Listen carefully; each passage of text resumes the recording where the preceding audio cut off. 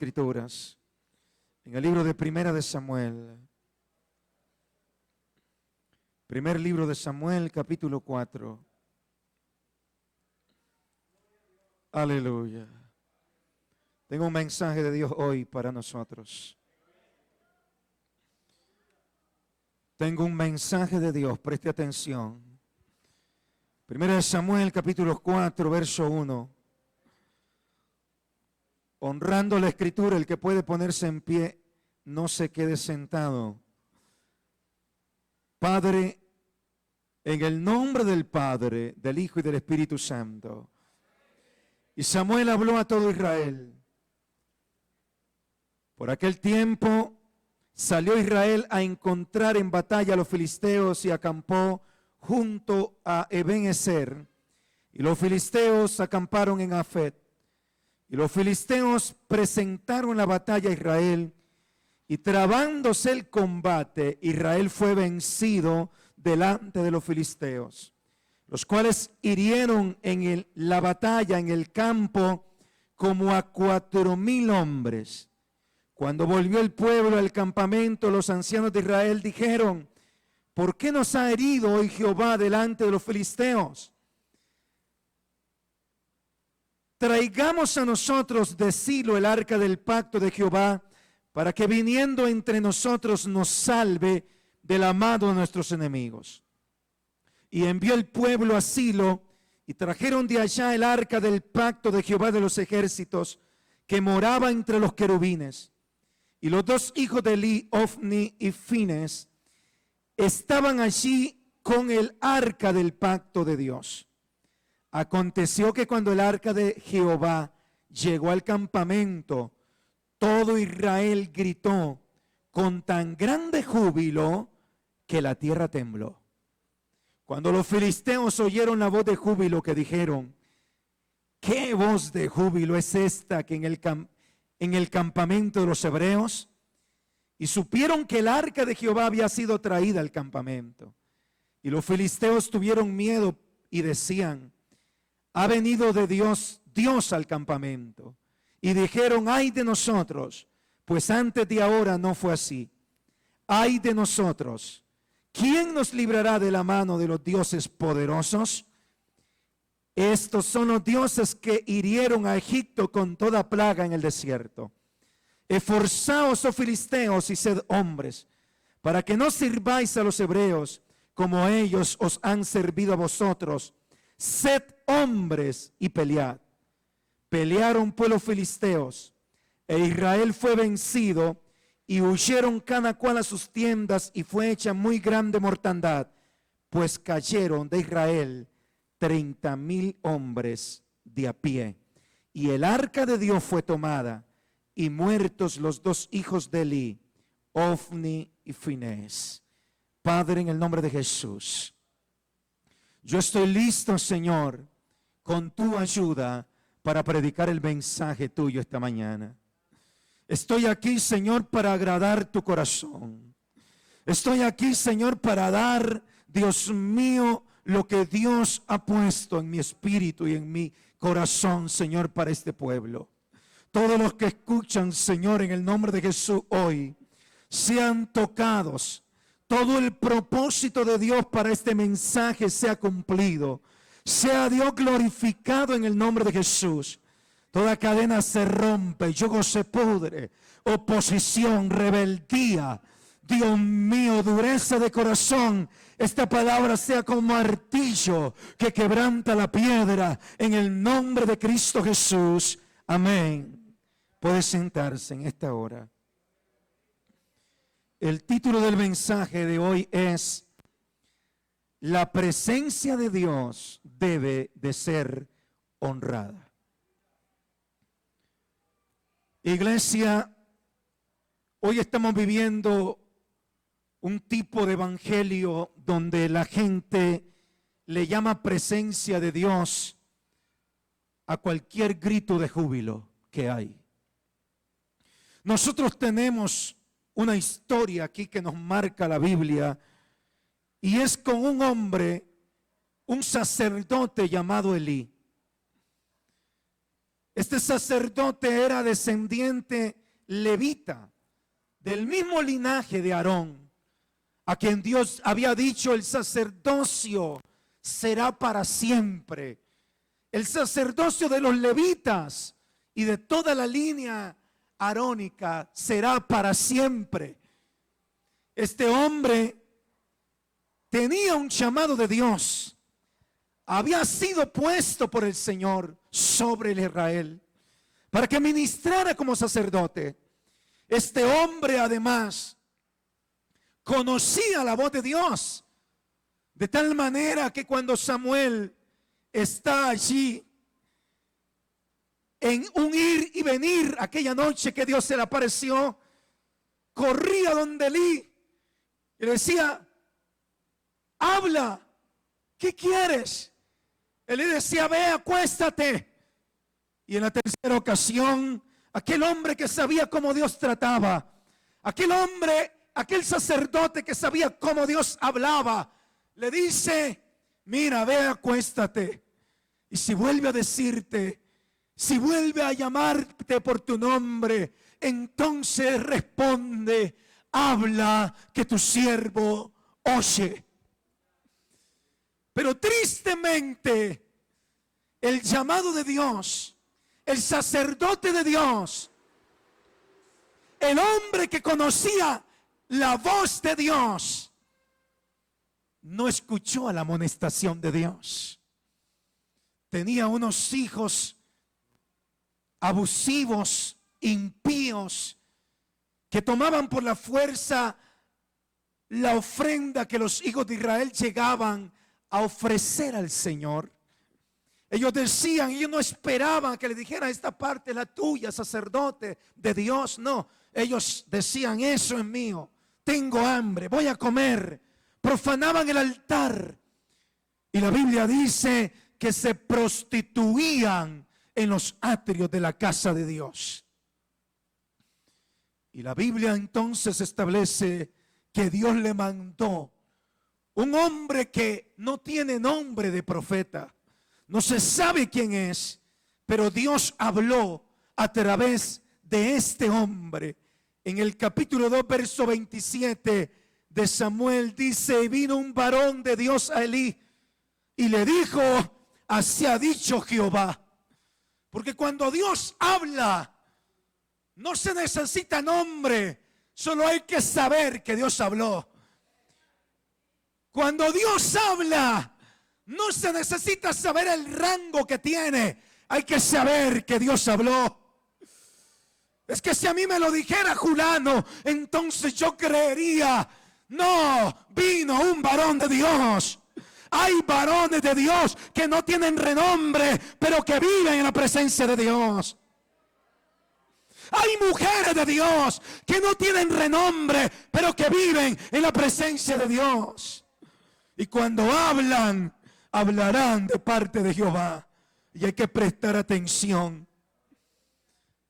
Así ha dicho Jehová, le dijo: no me manifesté yo claramente a la casa de tu padre cuando estaban en Egipto, en casa de Faraón.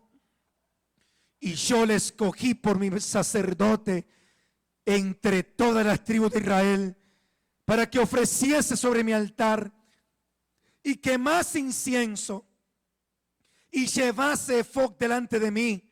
Di a la casa de mi padre todas las ofrendas de los hijos de Israel. ¿Por qué habéis hollado mis sacrificios y mis ofrendas que yo mandé a ofrecer en el tabernáculo? Y has honrado a tus hijos más que a mí, engordándoos de lo principal de todas las ofrendas de mi pueblo Israel. Por tanto, Jehová, el Dios de Israel, dice: yo había dicho que tu casa y la casa de tu padre andarían delante de mí perpetuamente. Mas ahora ha dicho Jehová: nunca yo tal haga, porque yo honraré a los que me honran, y los que me desprecian serán tenidos en poco. El desprecio que mostraba este sacerdote y sus hijos por la honra que Dios se merecía era tal que aun y cuando el varón de Dios llega, con una palabra de advertencia y de juicio, hermanos, no se le encrispó un solo pelo de su cuerpo. No hubo reacción ninguna. Dios rompió el pacto y dijo: nunca yo tal haga. No importa cuántas promesas te haya hecho Dios, escúchame bien, que si tú no honras al Señor y que si tú no honras su presencia, Dios romperá el pacto que tiene contigo. Aleluya. No importa la antigüedad, porque habían generaciones que habían pasado ya hasta llegar a Elí. No importa. Yo quiero decirle que a Dios no le importa la antigüedad del desierto que tú has pasado. ¿Usted sabe qué sucedió cuando Israel entró a la tierra prometida? Dios le dice: ahora vas a entrar a poseer. ¿Sabe cuántos años tuvieron que pelear los israelitas para tener posesión completa? 25 años más. A Dios no le importa la antigüedad que tengas. Dios quiere gente que se mantenga en el camino, que pueda ser fiel, que pueda honrarle. Solo 2 de aquella generación entraron, los que cuidaron su corazón para honrar a Dios, para decir: Dios, todo lo que tú has dicho lo vamos a guardar, lo vamos a decir, lo vamos a pronunciar. Dios le estaba diciendo en el Jordán: han sido 40 años de desierto, pero ahora apenas entrarás a conquistar. Te quedan 25 años más de guerra, de pelea, de conquista. Bendito sea el nombre de Jesús. Dios sigue diciendo: he aquí vienen días en que cortaré tu brazo y el brazo de la casa de tu padre, de modo que no haya anciano en tu casa. Verás tu casa humillada mientras Dios colma de bienes a Israel, y en ningún tiempo habrá anciano en tu casa. El varón de los tuyos que yo no corte de mi altar será para consumir tus ojos y llenar tu alma de dolor. Y todos los nacidos de tu casa morirán en la edad viril. Y te será por señal esto que acontecerá a tus 2 hijos, Ofni y Finés. Ambos morirán en un día. Y yo me suscitaré un sacerdote fiel. Tengo un sustituto, dice Dios, para la gente que es infiel, para la gente que tiene un llamado, pero que no cumple con su ministerio, para la gente que Dios ha puesto, aleluya, en lugares de privilegio, pero que no quiere cumplir su ministerio y que no quiere honrar a Dios. Tengo un sustituto, porque la obra de Dios no se detiene nunca. Cuando hay alguien que no quiere, cuando hay alguien que hace las cosas a su manera, cuando hay alguien que hace las cosas como le parece y ha dejado de honrar a Dios, Dios dice: yo ya me he suscitado un sustituto. Aleluya. Uno que haga conforme a mi corazón. Esa es la gente que Dios está buscando. Aleluya. Judas entregó al Señor y Dios ya tenía a Pablo. Alabanzas a Jesús.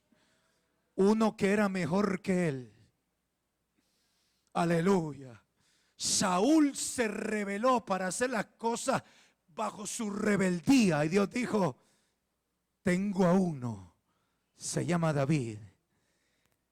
Él es conforme a mi corazón. Alabanzas a Jesús. Oh, bendito sea Dios. Por eso una vez más el Señor dice: retén lo que tienes. Retén lo que tienes. Retén lo que tienes para que ninguno tome tu corona. La corona de Elí le estaba siendo arrebatada y él estaba allí como muerto, incapaz. Escúcheme esto. Incapaz de humillarse delante de Dios. Los tiempos peligrosos que estamos viviendo en estos días tiene que ver con una dureza del corazón del pueblo que es incapaz para decir: Señor, perdóname. Se mete una especie de dureza y de terquedad de tal manera que la palabra de Dios literalmente les resbala. Bendito Dios. Y yo le edificaré casa firme y andará delante de mí ungido todos los días. Y el que hubiere quedado de tu casa vendrá a postrarse delante de él por una moneda de plata y un bocado de pan, diciéndole: te ruego que me agregues a alguno de los ministerios para que pueda comer un bocado de pan. Mire, déjeme hablar un poco más sobre la incapacidad de poder reaccionar a la amonestación de Dios. La incapacidad de poder reaccionar a los tratos de Dios y seguir por la vida duro, engreído, con soberbia, malhumorado, amargado, o simplemente dando prioridad a lo que yo creo que tengo que darle prioridad. Voy a hablarle a mis hijos, pero ¿qué voy a hacer yo si no quieren? Voy a hablarle a la iglesia. Yo me puedo poner como un líder flojo y decirle: voy a hablarle a la iglesia, y como no escuchan, ya me cansé de hablarles. Le voy a cambiar el mensaje para hablarles un mensaje siempre que no lleve amonestación. Porque hay una estrategia psicológica en muchos altares. Es nunca hablar de amonestación. Todo es hablar lo bonito, lo bello, lo que motiva, lo que trae aplauso, lo que trae aleluya o alegría. Sea el nombre de Jesús. Pero usted y yo compareceremos un día ante el tribunal de Cristo y daremos cuenta por lo que Dios puso a administrar en nuestras manos. No temáis, manada pequeña, porque a vosotros, ha dicho el Señor, os ha placido darlos el reino. Sea Dios glorificado. Hay 2 días que creo que son los más importantes en la vida de David. Fue el día que fue ungido con aceite por el profeta Samuel. A partir de ahí, Dios lo dio a conocer a toda la nación. A partir de ahí, Dios lo llevó. El día más grande de David no fue el día que mató al gigante.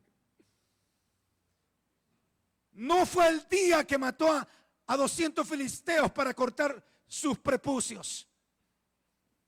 No fue el día que subió al trono en Hebrón para ser coronado como rey.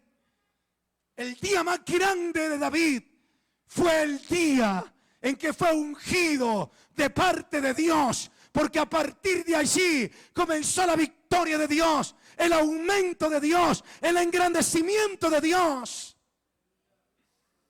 Porque una vida sin unción es una vida arruinada. Una vida sin unción es una vida derrotada. Pero a partir de ahí, David comenzó a caminar bajo la unción y el poder del Espíritu Santo. Y toda victoria que venía era causa de la unción. Pero hay un segundo día en la vida de David, dentro de los más importantes que encuentro yo en la palabra, y es el día que reconoció su pecado. En el capítulo 51, está este hombre viviendo su segundo día más importante.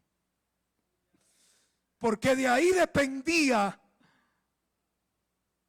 si su carrera continuaba con éxito o fracasaba. Y empieza diciendo: ten piedad de mí, oh Dios.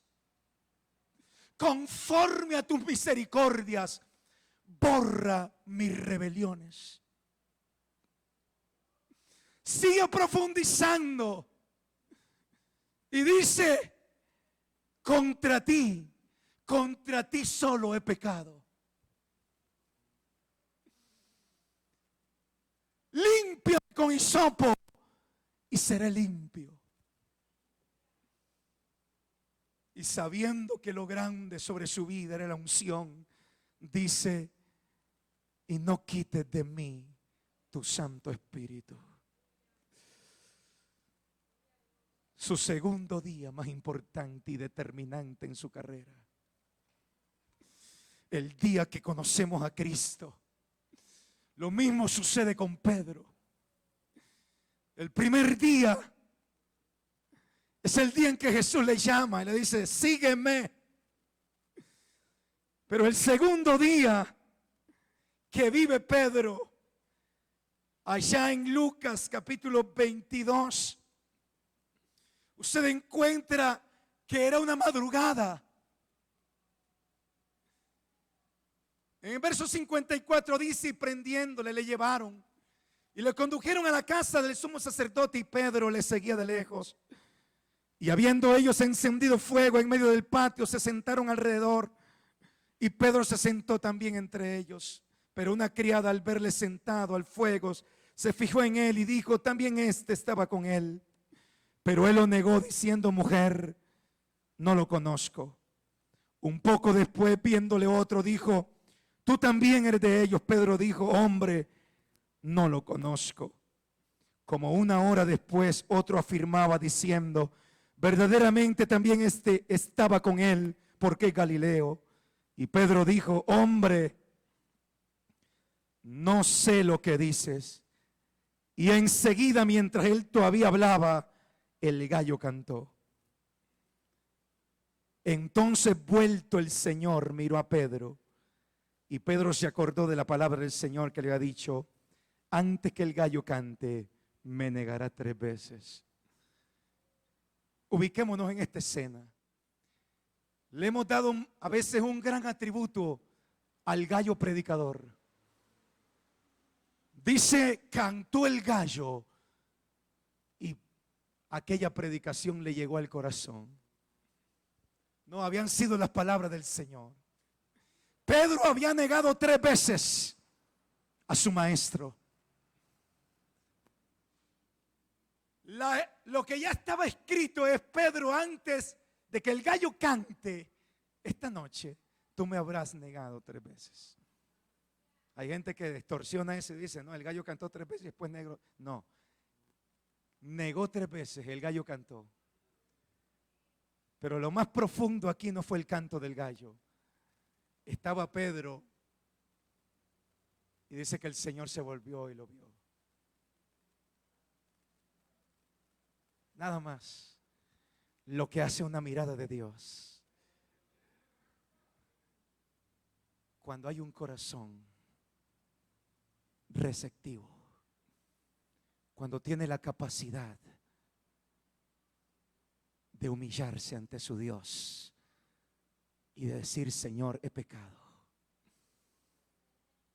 Lo que no logran mensajes enteros, en un corazón duro lo logra una mirada de Dios en una madrugada, cuando de pronto Dios te levanta y te dice: hijo, te estoy llamando al monte de la oración. El escenario es maravilloso. El gallo canta y la mirada del Señor se detiene. Está herido, está golpeado el maestro, pero sigue cuidando de los suyos, porque ninguno de los que me diste se perdió, dice el Señor. Aleluya. Es la capacidad de humillarse. Capacidad que no se tiene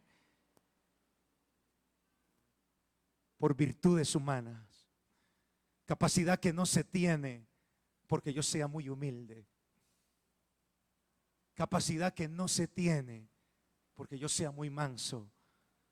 Son capacidades que vienen de Dios cuando la misericordia de Dios todavía está allí, porque Dios ha dicho: este me ha honrado, y yo en medio de su falta y en medio de su error le atraeré a mí. En medio de su dificultad y en medio de su pecado podrá clamar y yo le perdonaré. Oh, maravilloso el nombre de Jesús. Pero no la tenía Elí. Elí era un desválido, un minusválido, incapaz de poder doblar sus rodillas para arrepentirse verdaderamente delante de su Dios. Y entonces está dependiendo de algo que se llama arca, algo que se llama presencia de Dios. Y dice Elí, muy tranquilo en Silo, dice: bueno, sigo siendo sacerdote, sigo comiendo como levita, sigo en mi puesto, el arca de Dios sigue aquí. Pero llegó el día en que enfrentó a sus enemigos. Y el día en que enfrentas a tus enemigos es el día que sabrás si has honrado a Dios o lo has deshonrado. Voy a decirle una vez más: no importa que el arca esté allí. Quiero que usted piense en esto. El arca de Dios hizo más por sí sola en la tierra de los filisteos que lo que hizo por Israel. Aleluya. Voy a decirle una vez más esto. En la tierra de los filisteos llegó el arca de Dios y fue protagonista de Dios. Pusieron el arca de Dios en el templo de Dagón, y Dagón amanece el otro día postrado. Los demonios que gobernaban aquel demonio, aleluya, aquel ídolo, ahí ¡pum! Dios predicándole a toda la nación filistea, y Dios diciéndole: no es Dagón el Dios, yo soy el Dios. Y el Dios de Israel se llama Jehová. El Dios de la tierra se llama Jehová. El Dios que hizo los cielos. Ahí amaneció prostrado.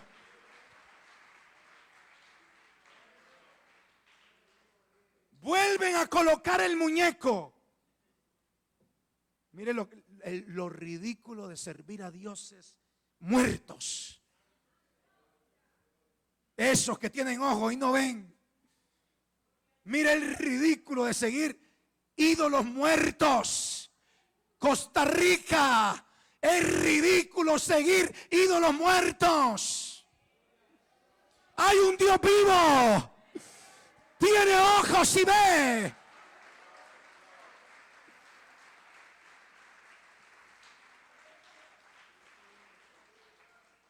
Boca y habla, oídos y oye. Cercano está Jehová a todos los que le invocan, a los que le invocan de veras.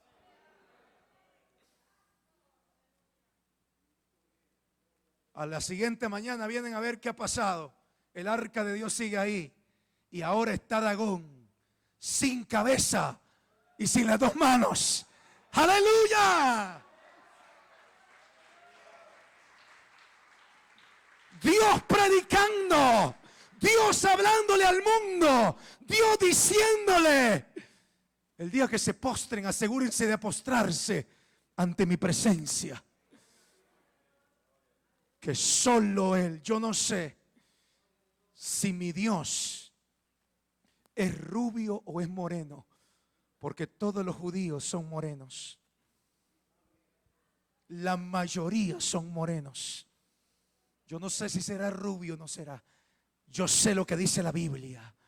Tiene ojos como llama de fuego, una espada aguda en su boca, pies como bronce bruñido, sus rostros resplandece como el sol al mediodía, sus vestiduras son blancas y llegan hasta sus pies, y sus cabellos son blancos como blanca lana. Ese es el Dios que me describe la Biblia.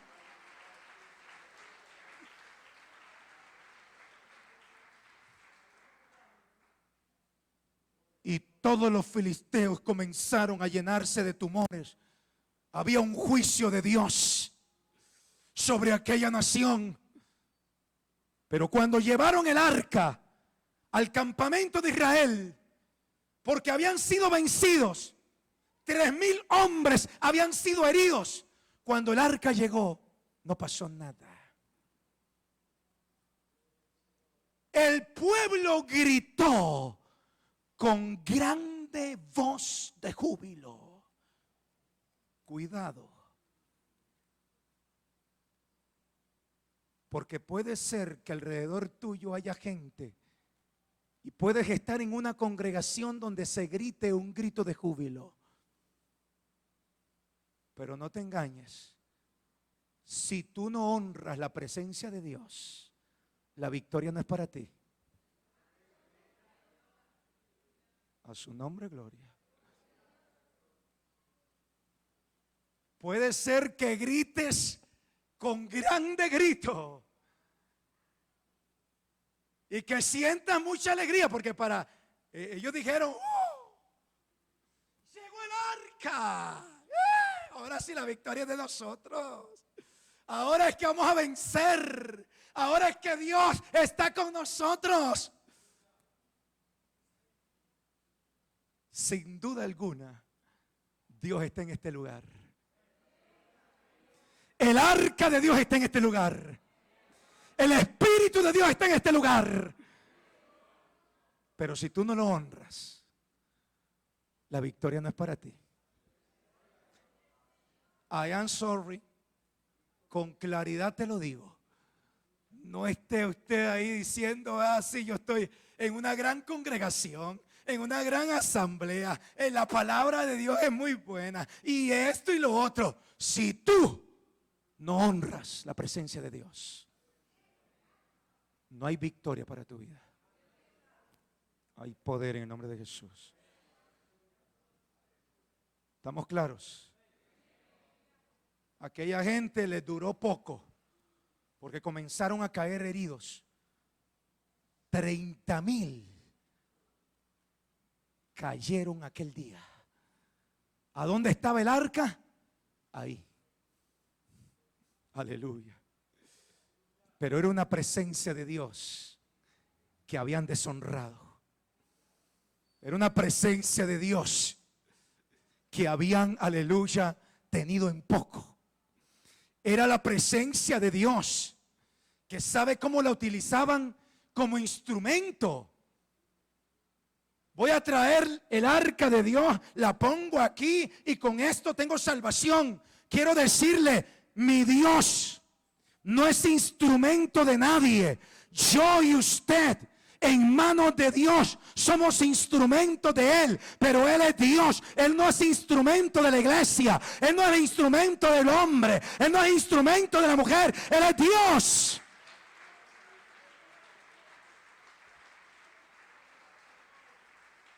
Ahí hoy dicen, no, aquí traigo el arca, esto tiene que servirme a mí.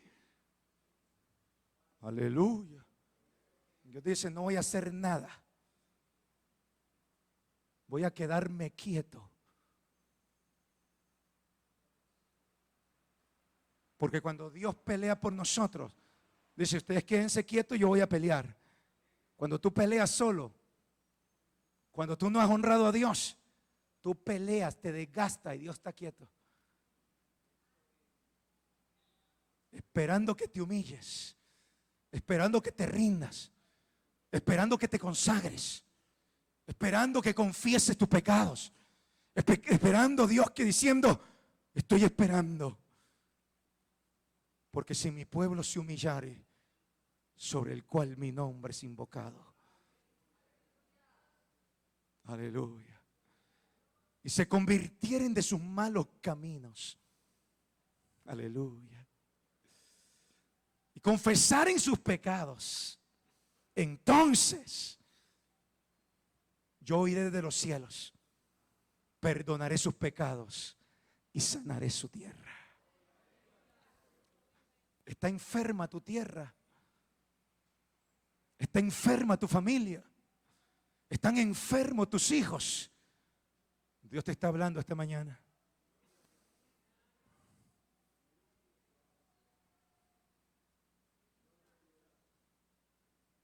Suelta ese pecado. Renuncia a tu rebelión. Deja de estar bajo sombrillas ajenas. Deja de estar bajo la alegría de otros. Y aprende lo que significa honrar al Señor. Ananías y Zafira muy posiblemente se convirtieron el día de Pentecostés. Ananías y Zafira eran testigos de que la sombra de Pedro sanaba a los enfermos. Ananías y Zafira eran de la gente que vivió en carne propia el avivamiento, pero no se dieron cuenta que la persona del Espíritu de Dios debe de honrarse, que el arca de Dios debe de honrarse. Y un día quisieron ser el centro de atención de la comunidad cristiana. Querían llegar y decir: Pedro, aquí venimos, hemos vendido la propiedad en tanto. Y que los hermanos dijeran: gloria a Dios. Se nos unió este ofrendador. Se nos unió, bendito sea el nombre de Jesús. Aleluya, iglesia. Cuando usted es un hombre y una mujer de Dios, usted no está pensando en el dinero. Yo no sé si era 1 millón y lo que traían eran $500,000. Es decir, con $500,000 aquí hacemos, levantamos esta casa, levantamos edificio, vamos a hacer tantas cosas. No hay nadie impresionado por el dinero, porque cuando usted honra a Dios, usted pregunta, usted dice: Señor, aleluya, ¿acepto esto o no lo acepto? Que aquí entre lo que tiene que entrar, de que viene de Dios. Que la gente se dé cuenta. Aquel mago que llegó diciendo: mire, quiero comprarles el poder que ustedes tienen para echar fuera demonios. Gente, hermanos, que viene con palabras livianas, y que esto, que pastor, a mí me han dicho, y que usted es un gran siervo del Señor. Ya cuando yo escucho eso, yo digo: este espíritu de adivinación tiene que quedar a la luz. Si es un espíritu, usted es un gran siervo de Dios, usted es un hombre de Dios. Y ya, para querer manipular sus intereses. Pero mire, haga esto, otro, pero vea esto y haga esto otro y mueva esto otro. A su nombre, gloria. Hay un hombre de Dios allí que honra al Señor y dice: tu dinero perezca contigo. Porque has pensado que el don de Dios se obtiene con dinero. Aleluya. Hay poder en el nombre de Jesús. Aleluya.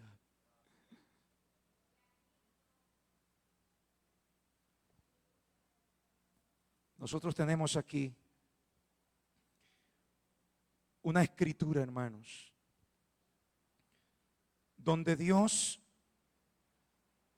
es muy claro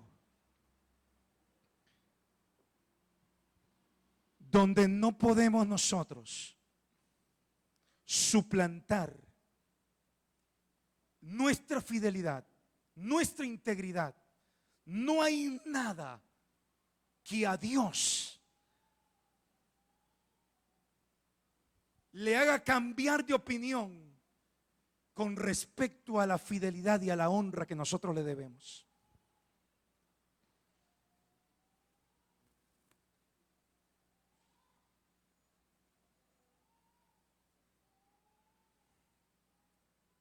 Gente que con una mirada de Dios es suficiente para que vaya por el camino y que diga: yo sé que en medio de mi casa Dios me está oyendo y Dios me está viendo. Que si hablé mal en mi casa, Dios está esperando que yo vaya y doble mis rodillas y le diga: Señor, perdóname. Si hay una mujer que honra la presencia de Dios en su hogar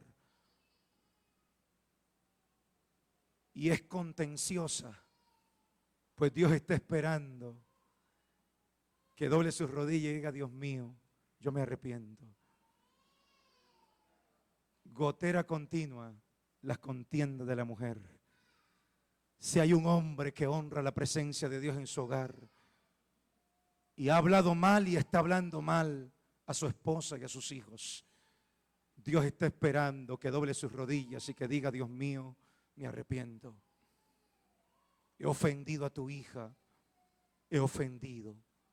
Que una mirada de Dios nos lleve a ser dóciles para decir: Señor, he murmurado en mi corazón en contra de tu iglesia, en contra de mi hermano, y voy, Dios mío, a rendir mi corazón, porque estoy claro de algo. Quiero tu gloria, quiero tu presencia, quiero el fluir de tu espíritu. No hay nada en esta tierra que me dé y me produzca más satisfacción y la seguridad de victoria que vivir, aleluya, una vida llena del Espíritu de Dios. Estoy hablándole a gente que ha contristado al Espíritu de Dios como lo tenía Elí.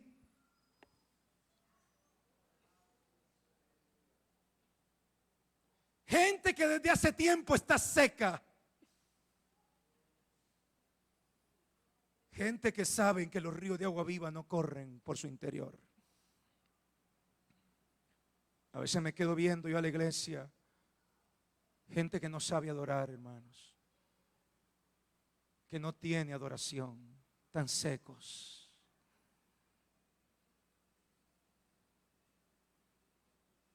Han contristado al Espíritu de Dios. ¿Qué estás esperando? Gente a la que Dios amonesta como un mensaje como este.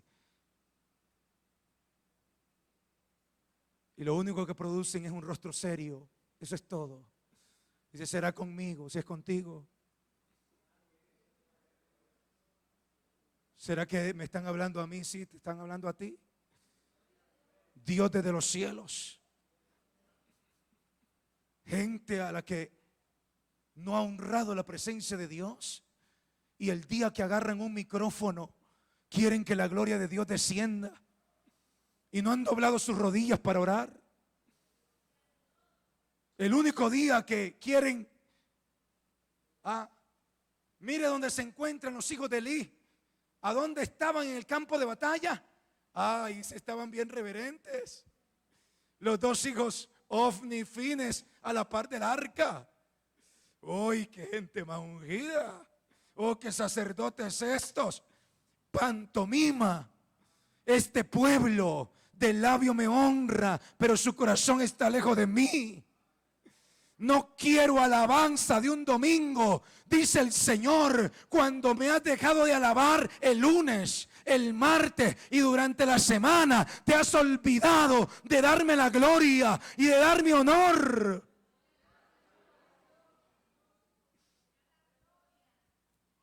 Aleluya. Gente que sube a la casa de Dios sin nada, porque no buscó porque no inquirió. No tienen nada. Y vienen a la casa de Dios, dice, para que Dios me dé todo el domingo. Para aguantar otros 7 días. Tú no vienes aquí sino a darle honra y gloria al Señor. Quiero un pueblo que me honre, dice el Señor. Que me honre todos los días.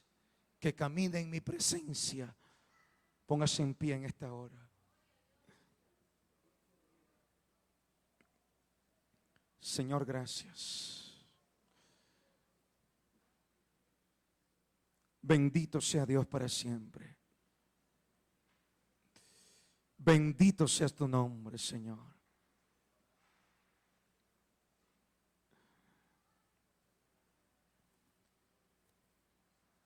Solo este día tenemos, iglesia. Yo no sé mañana. Por eso hago el llamado. ¿Cómo vas a reaccionar hoy a este mensaje?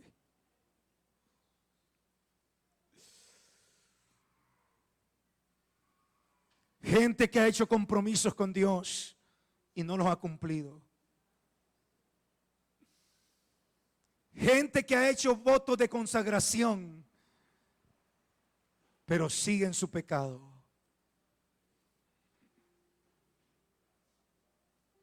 El Señor dice ya. Te hablo una vez más. Endereza tu camino. Mire, el Señor me hace detenerme en esto. Gente que ha hecho votos de consagración. Y le ha dicho al Señor, Señor, mi vida es tuya. Pero sigues nadando en aguas de inmundicia. Aleluya.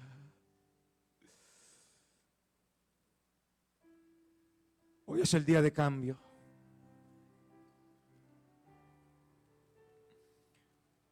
Hoy es el día que Dios te habla.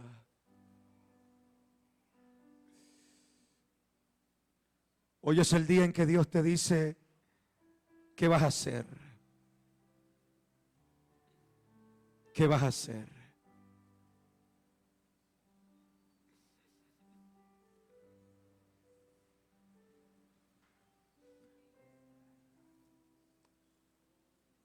Gente que a veces pasa todos los domingos a este altar, pero no hace cambios en su vida. Dios te dice, ¿qué vas a hacer? Esto no es nada más de pasar al altar y que oren por mí. Es que se trata de tu salvación. Se trata de tu vida, se trata de la voz de Dios en tu corazón. ¿Qué vas a hacer?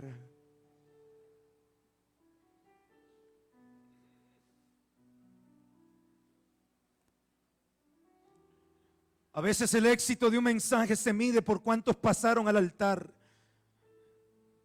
Yo quiero decirle que no se mide por cuántos pasen al altar. El éxito de un mensaje se mide por predicar lo que Dios quería que se predicara. A Dios sea la gloria. Si yo no tengo preocupación ninguna más que la de honrar a Dios, porque Dios te ama. Por eso habla tan claramente. Pero si hubiera alguien que de verdad quiere entregarle su vida a Cristo, y si hubiera alguien que de verdad quiere rendir su corazón al Señor hoy, yo estoy listo para orar por usted.